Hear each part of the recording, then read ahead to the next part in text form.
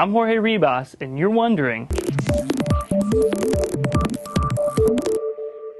So here's a quick rundown on how Earthling alien encounters usually go down. Massive spaceship hovers over a city, or it lands in someone's pool. People look up, point, and panic, or they give hand signals and smile politely. They look like us. Okay, they don't at all. They eat candy, or they eat us. They come in peace.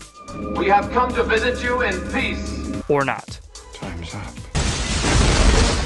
So to get a real perspective on what our first alien contact might be like, Discovery Space producer Dave Mosher, that's him right there, recently met with Seth Shostak, senior astronomer at the SETI Institute. SETI stands for the Search for Extra-terrestrial Intelligence. The Institute is a non-profit organization that's surveying the sky to detect transmissions from civilizations on other planets. I think it's very likely that we're going to find some sort of extraterrestrial life within the next couple of dozen years. Between SETI using telescopes to listen in on distant galaxies and NASA sending rovers and satellites to explore moons and planets right here in our solar system, what kind of alien life form are we more likely to find?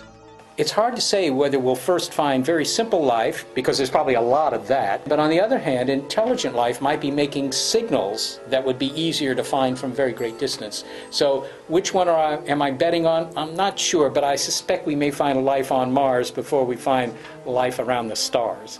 Of course, what SETI's looking for is something intelligent enough to transmit a signal. And if that happens, then what?